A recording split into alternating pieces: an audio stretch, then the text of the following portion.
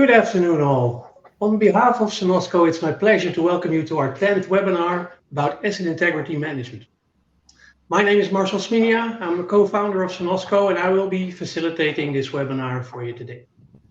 Today's topic is leveraging corrosion data analysis and visualization for inspection management. Let me start with introducing our guests. We have invited two industry experts to shine some light on this matter. Ennery Leon and Luis Corrado, and also our product marketing manager Sang is joining today. Ennery is a Venezuelan with a degree in chemical engineering from the University of Zulia, where he also completed a master's degree in corrosion. He has more than 17 years of working experience in a variety of industries, such as petrochemical, steel making, and oil and gas, in the field of corrosion control and process engineering. He specialized in failure analysis and material selection and cathodic protection, coatings, and chemical treatment. And he currently works at Taqa Global in the Netherlands as asset integrity lead.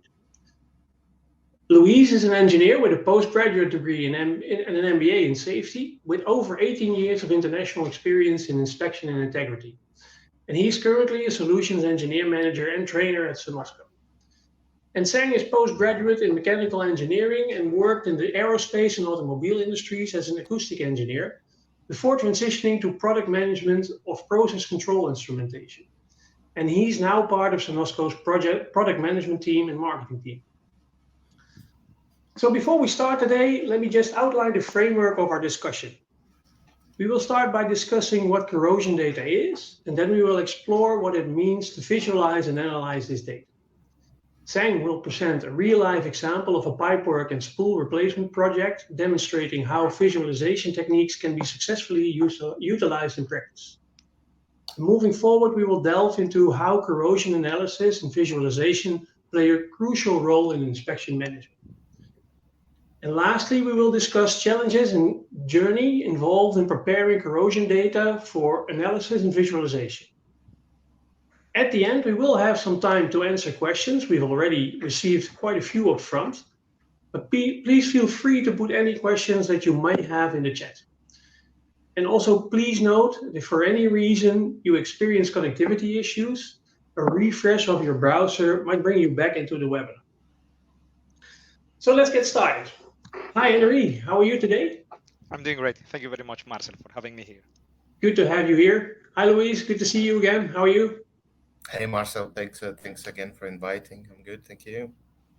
And hi, Sang. Good to have you here as well. How are you? Thank you, Marcel. I'm doing great and wonderful to be here. Okay. So let's get started. Ennery, let's start with corrosion data. What is it exactly? Well, corrosion data can be gathered from different sources. One of the most important ones would be the corrosion loops, because there you have a summary of your materials, the media that you have in your process, operating conditions, and the most important one for your integrity management system, the expected degradation mechanisms. That's a very important part. And then all of this can be done from a theoretical point of view when you are in the design phase of your asset. And then once your asset is in operation, you will get real corrosion data from your process, meaning that you will do inspections, you will do chemical sampling rounds, and you will get this information. And so with regards to the inspection reports, it's important to bear in mind that you need to know what you want to inspect. So you should know what to expect, because otherwise your inspections might not be relevant. For example, if you expect stress corrosion cracking, or if that's the degradation mechanism in your system, but you don't expect it, you might be doing a UT, ultrasound testing, and you are not going to find cracks. If you are only focused on a wall thickness loss, that NDT is not going to be useful. So you need to have all this kind of information in the back of your head when you are dealing with when you are trying to gather corrosion data. That's why to have a good corrosion data, you need to have good inspection plans. Yeah, I think that's a good summary of what's corrosion data. Okay, so how does it work? How can data be captured in the field? Sang, would you like to jump in here? Sure. Ennery could probably give us a better insight into how it is done currently on site, data collection at field. However, I can explain how the ideal process of data collection on the field looks like. The method of decoding data depends on the type required, and it can be done through a checklist or even through a measurement set. While printing and later importing the data back into the inspection software is always an option, it certainly involves additional effort and it is always prone to human errors. And that's kind of where the software comes to help. For instance, there is this thing called dynamic forms within IMS software, and it is nothing but just a tool which simplifies the configuration of personalized checklists. And thus, it optimizes your inspection workflow. So the first step is, of course, to create these digital standardized checklists for your specific site. And then you can, of course, use an inspection software of your choice, which allows you to use it offline on the field. And it also enables you to do real-time recording of your inspection results directly into your digital checklist, be it on a tablet or be it on any of your mobile device on the field. This will ensure that the captured data is readily available for analysis as it becomes directly incorporated into the inspection process. Louise, would you like to add something to that? Yeah, I think you guys cover quite well. I like, there's, when you're talking about corrosion data, it comes up to my mind straight away. Wall thickness measurements and corrosion rate, right? So, but I think what Ennery said I like is not only that. Inspection plan, it's quite important that the intervals and the outcome of an RBI or a corrosion study are also seen as data, as well as an overdue. If you have an inspection plan and that inspection plan is an overdue, it is also can be seen as corrosion data. I would like just to complement that when you're talking about data, you're talking about data that is coming from design, right? The material, the specification. When you process that data and generate another type of data, that's still corrosion data when you make a plan. And then all the way when Sang mentioned the inspection execution, when you're collecting your wall thickness measurement, your visual inspection, it is also data. So that's collecting the data is a first step into that digital journey. Through that journey, you can process the data and generate more and more corrosion data as you want. Right, Marcel? Yeah. So when you have the data, the next step is to analyze it. Can you tell us what it means to analyze and visualize? Yeah, so for me, I'll take that first this time. So it's when you're processing and analyze the data, I personally see that like in two ways. First way is a straightforward when you're looking into a KPI. That's a standardized way to crunch the data and understand. That KPI is quite important to kind of get a trend out of your data and have a data that you can recognize straight away because it's already in a predefined format. And that KPI can trigger additional actions to prevent a failure. So those KPIs, one KPI is a number or a threshold, but you can put all of that together into a dashboard, right? So that's a quite important visualization, a standard visualization. And the second one for me is when you have an anomaly, when you have a failure. When you have a failure, you need to crunch more data. You need to analyze the data from different angles. You might need to correlate with external sources and so on. I think Ennery, you might get a different example. Yeah, definitely. I fully agree with you. And indeed, I would like to add a couple of extra examples more from the operational point of view. As an operator, it's important for me also to take into consideration the integrity operating windows, because as you said, in a KPI dashboard, I can realize when the process is out of a specification and prevent the degradation of our assets. To give you one example would be we monitor the corrosion inhibitor injection and the biocide injection. So if we detect that the injection is not according to specifications, every operator can do this on daily basis, weekly basis, depending on the risk that we defined. You will be able to mitigate that issue as soon as possible. Then you're not going to have to wait until you inspect your equipment to identify that you already lost wall thickness. So that's a good example of how you can manage and visualize corrosion data. Another example is when you have to carry out a management of change, M.Sc, or a operational risk assessment. Because then when you have information, you could say, okay, we are having issues with the pumps that used for the injection of a corrosion inhibitor or biocide. What's the risk of this situation? How can we handle this? So if you have all this information available, you can have a better assessment and make better decisions. Okay, so thanks, Sang. I know you prepared a presentation of a project. Can you talk us through this pipework and spool replacement project? Sure. Let me just give you a brief idea as to what I'll be presenting over the next few minutes. We are going to be talking about a project, and this was initiated in order to develop a process for estimating the remnant life of pipeworks and spool, and to see what kind of pipework and spool needed replacement in the next 5 years. And also on the side note, they also wanted to implement certain kind of improvements into the routine pipework inspection management process. So we are talking about the target assets, which were 8 different platforms in the North Sea. And you can... Oh, okay. I think we just lost Sang there. He probably has some issues with his connectivity.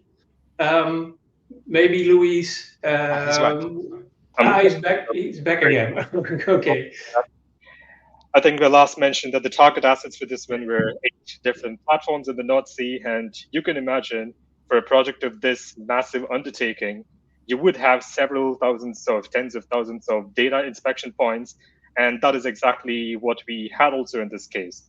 And the starting point, of course, for this particular project was they had historical wall thickness data from almost 6 years ago. And of course, they also had new wall thickness readings that was done on the field, which was in Microsoft Excel. So the very first step they had to do was to collate these data together. So they just combined the data they had in the database from the 6 years ago, and also they combined the new data they got from the field. And the subsequent analysis of this inspection data, along with trending analysis, visualization, was done inside this module, SIDAP, in the IMS software.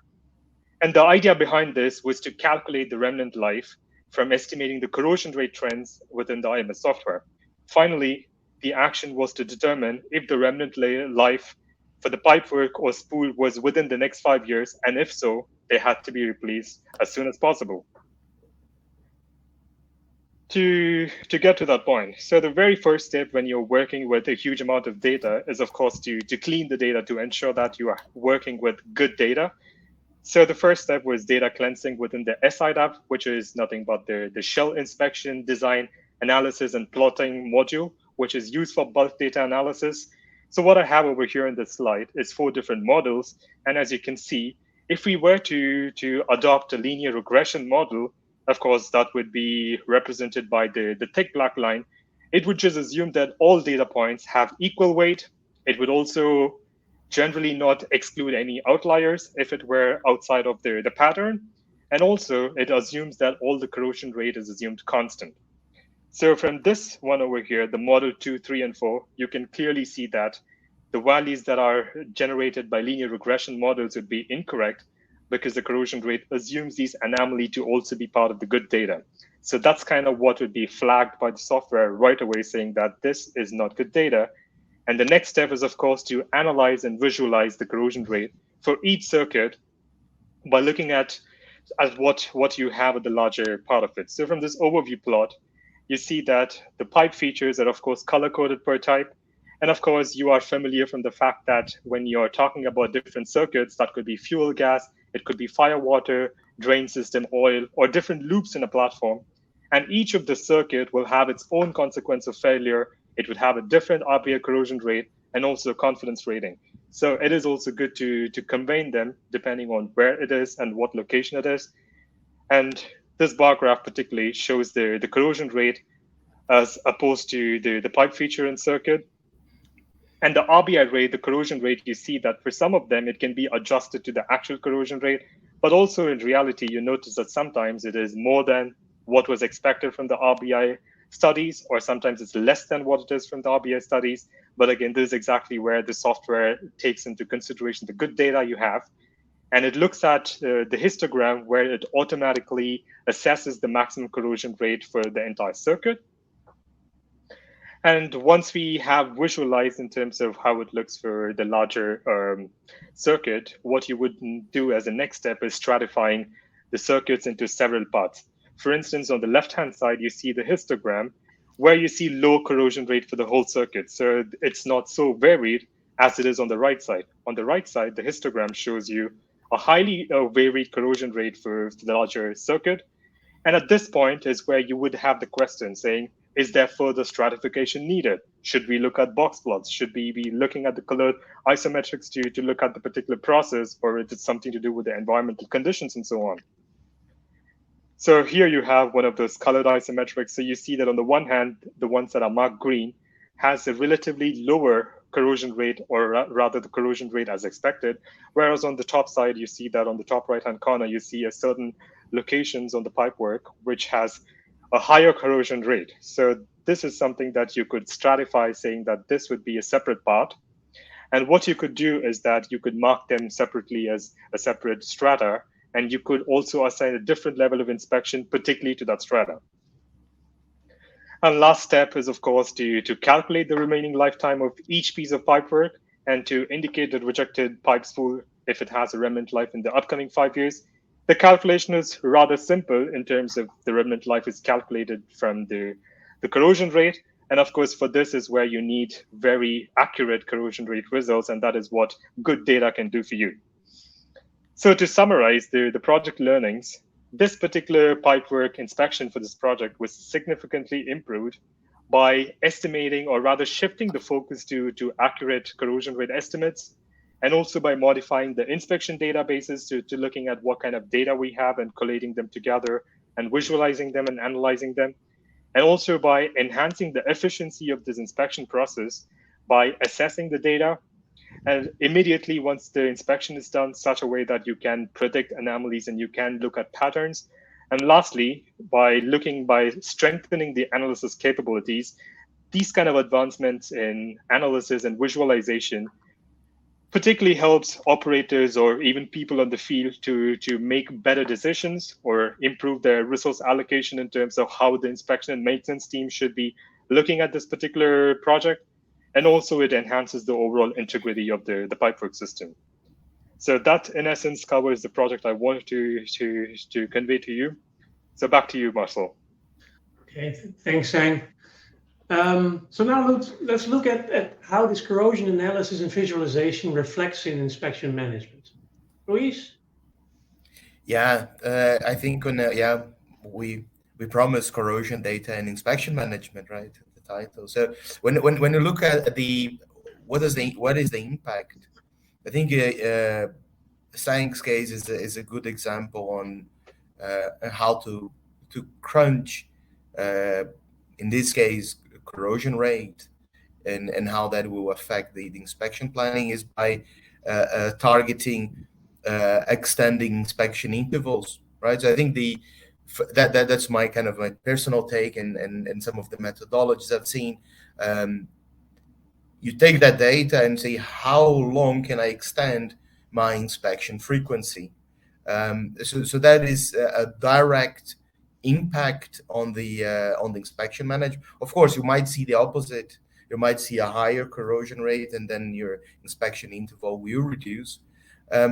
Inspection data will also feed into what is the scope of work that you can apply and what is the interval. So I think that concept of optimizing an inspection plan by crunching your data, it's for me it's a big takeaway on the inspection management side. Right, Ennery? Yeah, I fully agree with you, Luis. And please remember that inspection management is just one part of corrosion data, because at the end this is a loop. We have this design phase where you identify your materials and the media of your processes, and eventually you will get the corrosion data from your measurements. and you will have to analyze it and visualize it in these different ways, as corrosion rate trends, or the comparison between expected corrosion rate and real corrosion rate.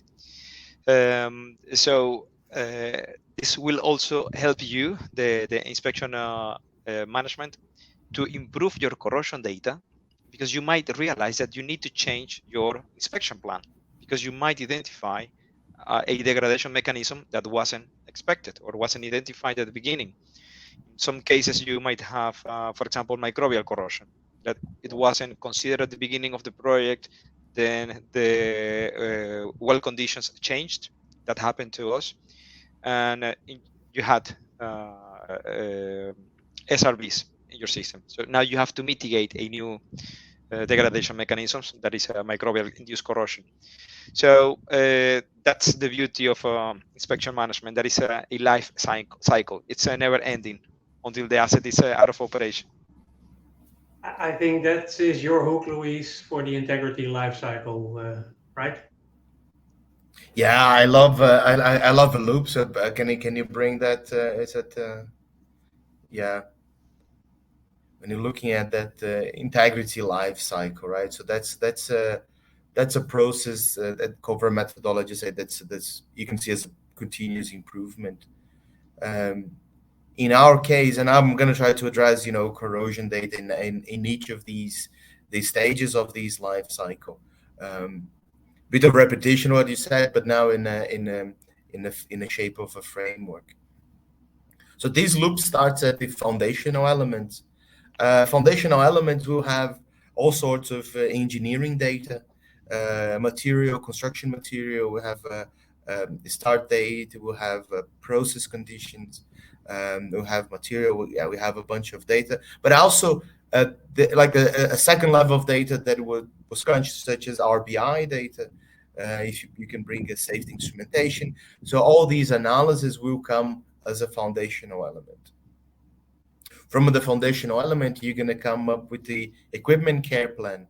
The equipment care plan is an inspection plan for a particular equipment in isolation. So you look at the degradation, you look at the inspection frequency, and that's the task for that equipment.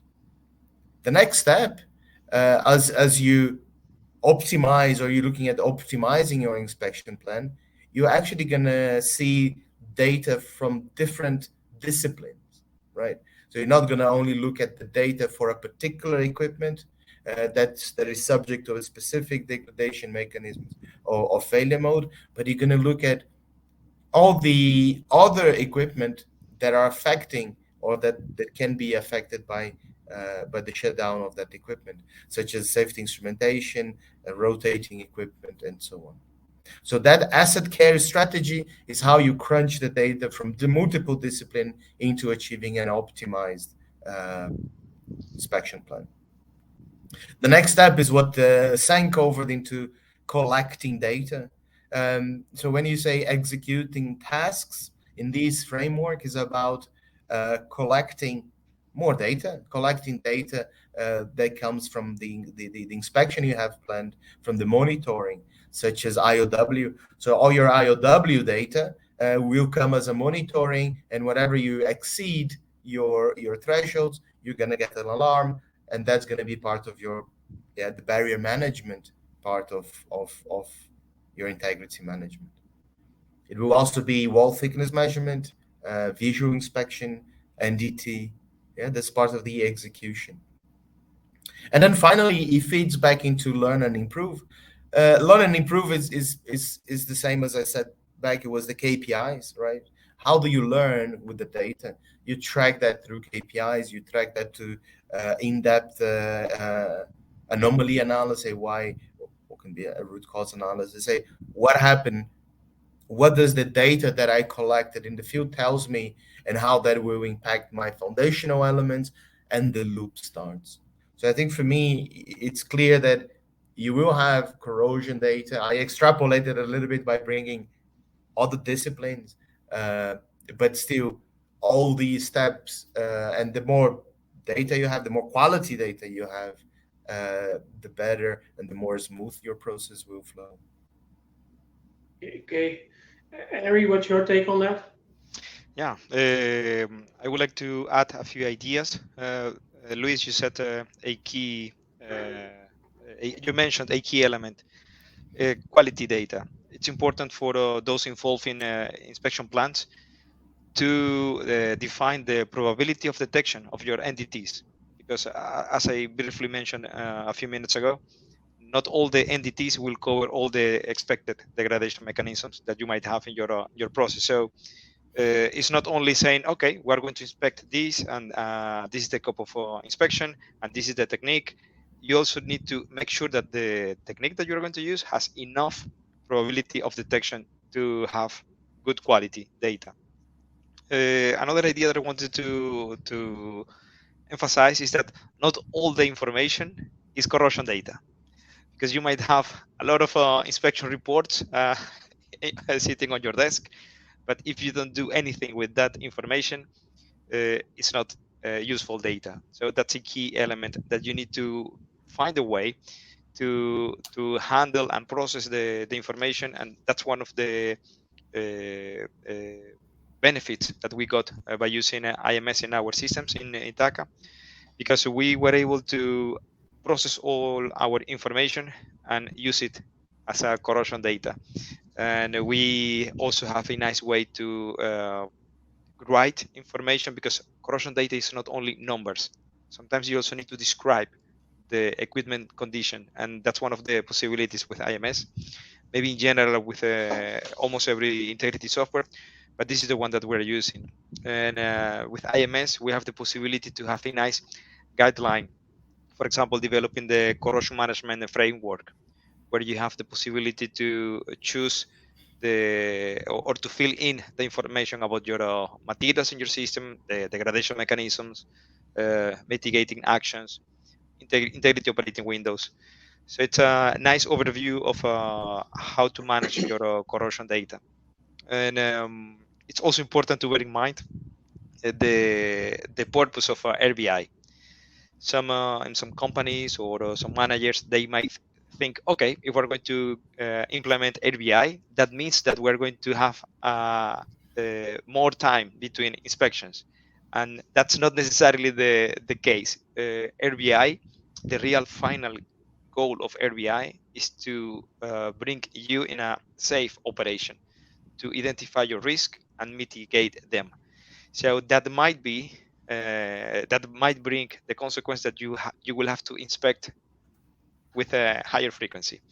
Instead of every 6 years, you have to inspect every 2 years, but you will be in control of your processes. So RBI is not only extending the inspection frequency, but making sure that you are in control of your process. Thank you, Marcel. Okay, thank you, Ennery. I need to wrap it up. Anything to add to that, Ennery? No, I'm done. Yeah, then Luis, any last words from your end? Yeah, no, I think it's. I would like to tap the same key as the quality of data, right? So when you're looking at the data, you can see a lot of people use the term harvest data, but the harvest will be as good as the quality of the data that you have seeded in the first place. So whenever you managing integrity of your equipment, you need to make sure that the quality of the data that you're bringing into the system.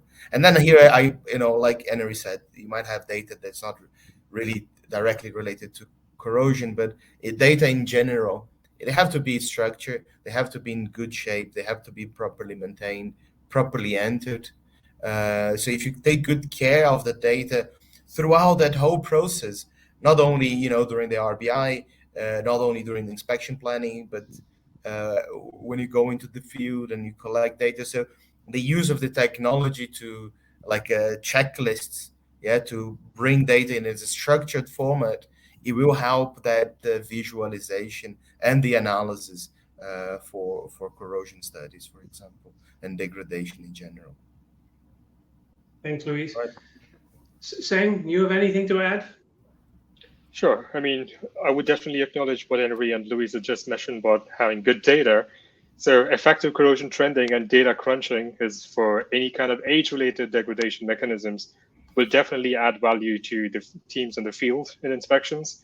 And of course, IMS integrates several kinds of integrity analysis tools, and which would just be something that Ennery mentioned. It has a risk-based inspection module, and also it has analysis tools like SIDAP, and also for visualization, and also it has your corrosion management framework and so on. In addition to this, it also provides you your interface back to CMMS and your EAMs, which is perfect because that's kind of how you would map your data from the field digitally to everything that's been happening. This way you keep all your teams up to date about what's happening with the equipments, and you're perfect in terms of how to hold it in a good integral shape for your equipments. So just my closing remark would be that you can rely on your IMS to be your complete asset integrity management tool. Yeah.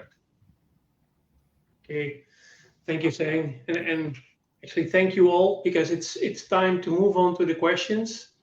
We received quite a few. If we're not able to deal with your particular question, then we will make sure to reach out to you individually. But let's start with the first one I have here.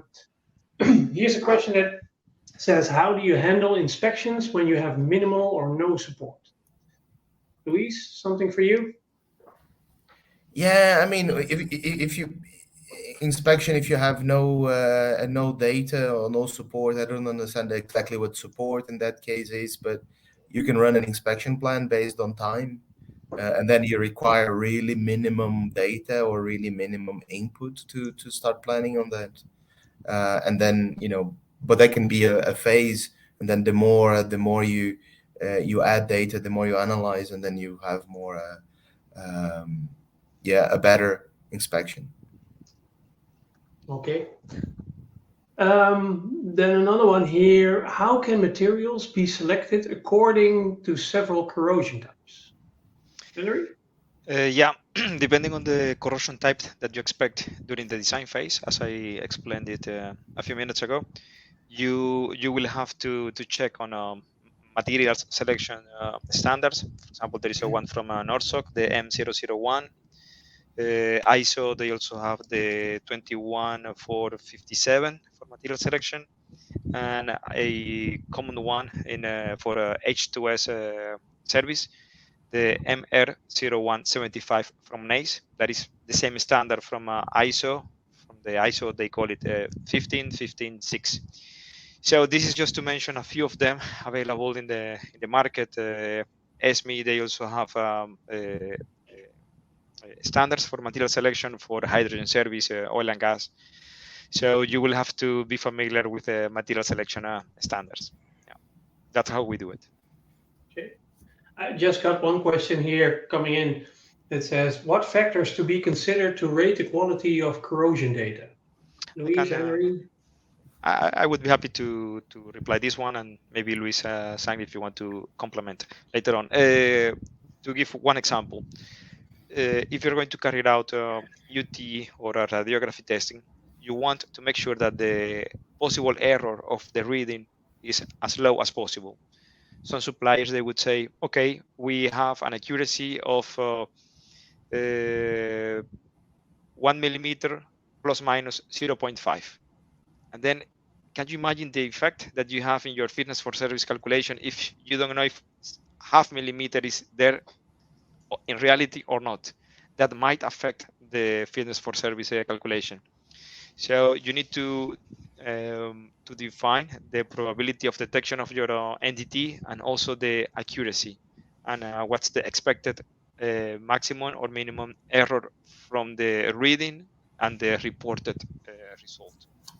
That's the one example that I have on how to define quality corrosion data. Okay. Yeah, I would just complement making another example is when if you do a visual inspection and you detect an external corrosion or a coating issue, you can simply put there was a light corrosion, or you can go in depth and start quantifying that type of data. So usually reports, the inspection will go into a Word file and just provide a narrative on the condition of that corrosion. But if you have a good quality data, you would use like the Energy Institute guideline to quantify the extension of that particular degradation. So that's there's a difference in for me quality. And you also say quantify, right? So you ask about the quality, but we also look into a lot into quantifying the data. Is your corrosion loop, for example, has enough data? Does your equipment has enough data? So that for me, I see as a two, the quantity, the amount of data that you have, the amount of relevant data that you have, and the quality of the data, how well input was that. Yep. Correct. Okay. Next question. Can you elaborate on system requirements and opportunities, constraints in interfacing with the data historian and the DCS system? Luis? Oh, that's a new one. Yeah. Yeah. So the that is I understand that's it's more like on the IOW. So when we interface with a data historian like OZPI, AspenTech, and Honeywell, we will process that data. We're gonna record only the exceedances and see how is that exceedance impacting the barriers that I have built for my degradation mechanisms, right? So if you're looking at the corrosion, if your temperature increases up to a certain amount, it means that the corrosion rate will increase, or typically it will increase for many degradations. So how that impact and through that barrier management, you can be able to quickly visualize what is the extent of that changing process, and then the inspection team might go back to the process engineers and say, okay, was that a temporary change or is it a permanent change? If it's a permanent change, you need to change your barrier. You will need to change your corrosion study. You need to plug in a new corrosion rate and redo your calculations. So for me, integrating with the data historian is quite important and quite a time saver from the inspection people to crunch IOWs. Yeah. Just pick one out of the chat again, Ennery. It might be something you can answer. Mm-hmm. Localized corrosion, how would you analyze that? Okay. The first step is to define the material that you have and the expected degradation mechanism. Usually by localized corrosion, I would assume that we might have issues with microbial corrosion, for example, or CO2 corrosion, that depending on the operating conditions of your process, you might have pitting corrosion due to CO2. So this is a good example of that you need to know what to expect. Otherwise, you might overlook at this degradation mechanism. So depending on the setup that you use for radiography, you might pick up pitting if you use it, but it might be preferred to do UT to try to trace the area of interest. So it's we don't have a simple question. In summary, you need to know what to expect, to be familiar with your materials of construction, and then inspect maybe with a UT or a RT. Those are the two more common techniques. Okay. Back to you, Marcel. Thank you, Henry. Got one here that says, can we integrate corrosion management document with corrosion management framework module? Luis? Yeah, I think we're gonna stay here until tomorrow. Yeah, we had a lot of questions from as a preparation, and the good question doesn't stop coming. I'm very happy. So, yeah, so if you refer to corrosion management document as a corrosion control document, that might you be referring to. It should be more like integrity operating windows, I think, Luis, and because for example, if I understand, this question might be, okay, me as corrosion engineer, can I set up a barrier in IMS? For example, if I detect no corrosion inhibitor injection, I think that the answer to this question is yes, but it's not like you can just upload a document. You need to translate the information that you have in your corrosion management or in your corrosion management documents into the functionality that you have in IMS. I see. Usually we refer, I see a lot of, we do have the corrosion control document as per API, which is, it's a complement, is an outcome of your corrosion management framework. So the corrosion management framework, it includes all the aspects of your corrosion management document. So if you have your IOWs, your IOW is a barrier against a specific degradation. Other types of barriers in that corrosion management framework will be coating, will be inspection, will be corrosion CP. allowance, CP data, absolutely. All of this can be integrated into IMS. Yeah. Resistant material, right? So there's a lot of these. So the corrosion management framework is about a lot about barrier management and tracking those barrier management using indicators coming from an inspection execution, coming from your wall thickness measurement, your IOW data, your visual inspections, and so on. Okay. Yeah, Marcel. Thanks, guys. Then I think this is you, Ennery. Does coating affect the thickness readings? No, definitely not. Oh. It's, if you are using the correct entity, for example, radiography, it's not affected by the coating, so you're good to go. Okay. Then I have one here that says, can you elaborate on the importance of corrosion loops? Is it also one for you, Ennery? Yes, definitely.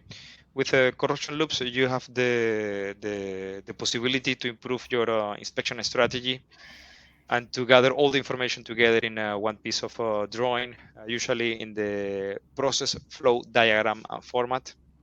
And then you have the possibility to put in one document materials of construction, the media, operating conditions, and expected degradation mechanisms.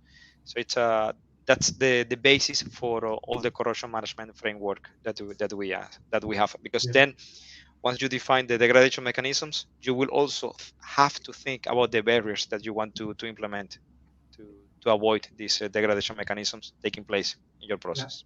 Back to you, Marcel. Okay. I'll try to squeeze in a few more. We're running out of time. Here's one. Can one work without a historic corrosion rate? Because sometimes the cause of a higher corrosion rate is a fault in the process and it's not expected to reoccur. Luis? Yeah, so it really depends on the methodology you have implemented. I mean, the historical corrosion rate, you always have to use it if you calculate a long corrosion rate, short corrosion rate, and linear regression. They will be there. What we do, it depends on the system. Of course, you can defer if you do an analysis and then you understand that a specific corrosion rate is not happening anymore because the process have changed. I usually recommend the users in IMS in this particular case to work more with the deferral, right? Or there's a few ways to do it. If you know there's your whole corrosion data set or your whole set of wall thickness measurement for the historical up to that point has to be scrapped, you can set as a new baseline. But there's different ways to do it. One is deferring, considering a new. So there's a system called, you can input as a suggested corrosion rate and force to use that. So the system will calculate based on the corrosion rate that you have input, and then it's about deferring that plan to that calculated date. So there are ways to work around it. It's a valid question. It happens all the time. So it's about processing, analyzing, flagging a couple of corrosion data that don't need to be used. So there are ways around it. That's for sure. Yeah. It is what I was afraid of, guys. We have received quite a few questions and obviously very happy with that. We will note them down and get back to them individually. Thanks for your participation, but I need to wrap it up for today.